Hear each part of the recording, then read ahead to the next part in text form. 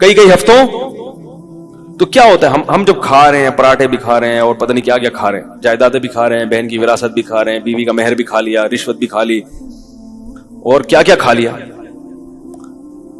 اب وہ تمام چیزیں ہماری ایکسرسائز سے یوٹیلائز نہیں ہوتی. یہ غلط فہمی ہے. ایکسرسائز ہر چیز کا آخری حل نہیں ہے, پھر بھی وہ کہیں نہ کہیں کونے کھانچوں میں رہ جاتے ہیں. اب میں دیکھو میڈیکل سائنس کی زبان نہیں استعمال کروں گا کیونکہ میں ڈاکٹر نہیں ہوں. بعض لوگ کہتے ہیں ڈاکٹروں کی جگہ آ کے نا بڑے فنٹر گیری کر رہے ہیں, ان کو کیا پتا. تو میں تو اپنی زبان میں آپ کو سمجھاؤں گا نا, یا جو بالکل سادہ زبان میں, کیونکہ میں ڈاکٹر تھوڑی ہوں. لیکن یہ صحت کے بنیادی اصول ہیں اور یہ ڈاکٹر بھی کہتے ہیں. آپ سرچ کرو, آپ کو پتا چلے گا. جو گوروں کی بنائی ہوئی ویب سائٹس ہیں ان میں آپ جاؤ جو آتھینٹک ہیں, وہ بھی اس بات کا اقرار کرتے ہیں کہ روزہ رکھنا انسان کی صحت کے لیے انتہائی ضروری. آپ کو پتا ہے گورے اس پر آ رہے ہیں کہ ہفتے میں 5 دن کھاؤ, 2 دن فاسٹنگ. یہ بالکل اسلام ہے. نبی صلی اللہ علیہ وسلم نے ہفتے میں 2 دن روزہ رکھنے کا حکم دیا, سنت ہے, پیر اور جمعرات کا روزہ. گورے بھی یہ تحقیق کر رہے ہیں کہ 5 دن کھاؤ, 2 دن بولو بھائی ناغا کرو. تو ہوتا کیا ہے کہ جب ہم بھوکے رہتے ہیں, وقتی طور پہ کمزوری ہوتی ہے, روزے میں ظاہر ہے کمزوری ہوتی ہے, ایسے فریش نہیں ہو. اثر کے بعد تو ایسے مرجے سے میں دیکھتا ہوں اثر کی نماز میں جو وہاں بیٹھا ہوا ہے تو ادھر بیٹھا ہوا ہے, کوئی کسی پہ اعتراض نہیں کر رہا. اور بعض دفعہ اس میں یہ بھی ہوتا ہے کہ چونکہ بھوک پیاس ہوتی ہے, کمزوری, تو کمزوری میں انسان کو غصہ زیادہ آتا ہے. تھوڑا سا چھیڑ دو تو ایسا چھڑے گا پھر وہ کھری کھری سنائے گا. دیکھیں دودھ کی دکانوں پہ, پکوڑوں کی دکانوں پہ افطاری کے وقت میں بڑے پڈے ہو رہے ہوتے ہیں.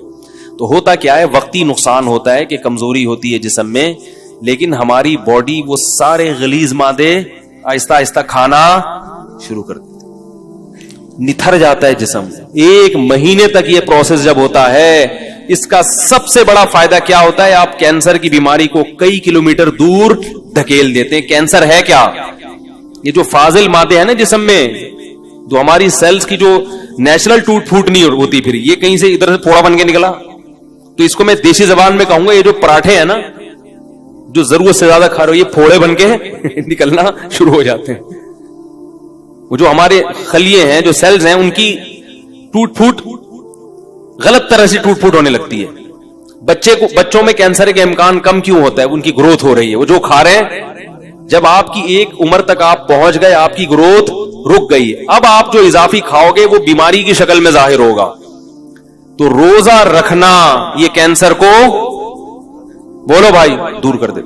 بلکہ بعض حکیموں کی مستند ذرائع سے ہمیں اطلاع ملی ہے کہ انہوں نے کینسر کا جو علاج کرایا ہے وہ مریض کو بھوکا رکھ کے کرایا. ایسے بھی کینسر کے مریض لا علاج مرض, جن کو بڑے بڑے ہسپتالوں نے کہہ دیا کہ یہ ٹھیک نہیں ہو سکتے, ان کو قبلہ حکیم نے کیا کیا, کھانا پینا چھوڑ دو اس کا. وہ ایسا بیچارہ سوکھ کے ہڈیوں کا ڈھانچہ, جب دیکھتے نا کہ مر رہا ہے تو 2 قطرے ٹپکا دیے گلوکوز کے, بس مرے نہیں. اس سے کیا فائدہ ہوا ہے کہ وہ جو کینسر کے جراثیم تھے نا, وہ بھی آہستہ آہستہ, بھائی ان کو بھی تو یہ پراٹھوں سے ہی وہ بھی تو یہی برگر پیزا جا رہا ہے نا, وہ بھی تو یہی کھاتے ہیں, ان کو بھی خوراک بولو بھائی نہیں ملی, وہ بھی کمزور ہو کے مر گئے. اور جب دیکھا ہے کہ قبلہ حکیم نے کہ یہ بالکل مر گئے ہیں, اب اس کو کھلانا شروع کر دیا. یہ علاج ہوا کرتا تھا پہلے زمانے میں کینسر کا, لیکن یہ بڑا خطرناک ہے. اس میں حضرت جی بھی ٹہل سکتے ہیں جراثیم کے ساتھ. خود یہ جو اتنا بڑا جرثوم ہے یہ بھی چلا گیا دنیا سے, لیکن اس طرح کئی لوگوں کا علاج ہوا ہے. تو اس اسٹیج پہ پہنچنے سے پہلے اگر انسان اپنے آپ کو بھوکا رکھنے کا عادی بنا لے تو اچھا نہیں ہے. کیا خیال ہے؟ تو یہ بہت مفید ہے صحت کے لیے, اور گرمیوں کے روزے زیادہ مفید ہیں کیونکہ اس میں پسینہ نکلتا ہے, پیاس کی شدت بڑھتی ہے, اس میں وہ روزے کے مقاصد جلدی حاصل ہوتے ہیں بنسبت سردیوں کے. یہ آپ کو جسمانی فائدہ ہوتا ہے. ایک جسمانی فائدہ آپ کو کیا ہوتا ہے, ایک اور, آپ میں قوت برداشت بڑھتی ہے. جو کھانے پینے والا آدمی ہے نا, ہر وقت اس کو کچھ نہ کچھ چاہیے, ورنہ اس کا دل نہیں لگتا. جب آپ کئی گھنٹوں بھوکے رہتے ہیں تو آپ بھوکے رہ کے بھی کام کرنے کے عادی ہو جاتے ہیں. اس کا فائدہ کیا ہوگا کہ آپ اس عادت کو مینٹین رکھ سکتے ہیں پھر پورے سال, کہ یار میں رمضان میں اتنا تھوڑا کھا کے اتنا اچھا چلا ہوں, تو اب میں دوپہر کھانا تھوڑا کھا کے کیوں نہیں چل سکتا.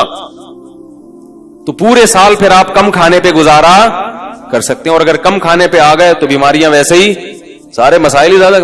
کینسر کے بہت بڑے اسپیشلسٹ آئے تھے میرے پاس, الحمدللہ ہر قسم کا طبقہ ہوتا ہے, شاید بیان بھی سن رہے ہو. وہ یو کے میں جو اسپیشلسٹ ڈاکٹر ہے نا ان کو پڑھاتے ہیں وہ, اس سے اندازہ لگائیں کہ وہ کتنے بڑے ڈاکٹر ہوں گے. تو وہ ملاقات کے لیے آئے کہ میں تو وہ آئے تھے مجھ سے کچھ پوچھنے کے لیے. ہم نے کہا جب اتنے میں ڈاکٹر ہیں تو بجائے ہم سے پوچھیں ہم ہی پوچھنا شروع کر دیں. انہوں نے سوچا ہوگا تو لینے کے دینے پڑ گئے. تو میں نے ان سے ویسے ہی کچھ نالج حاصل کی. میں نے کہا یہ کینسر کی بیماری کی بنیادی وجوہات کیا ہوتی ہیں, کچھ نالج میرے پاس تھی جو میں شیئر کرنا چاہ رہا تھا ان سے.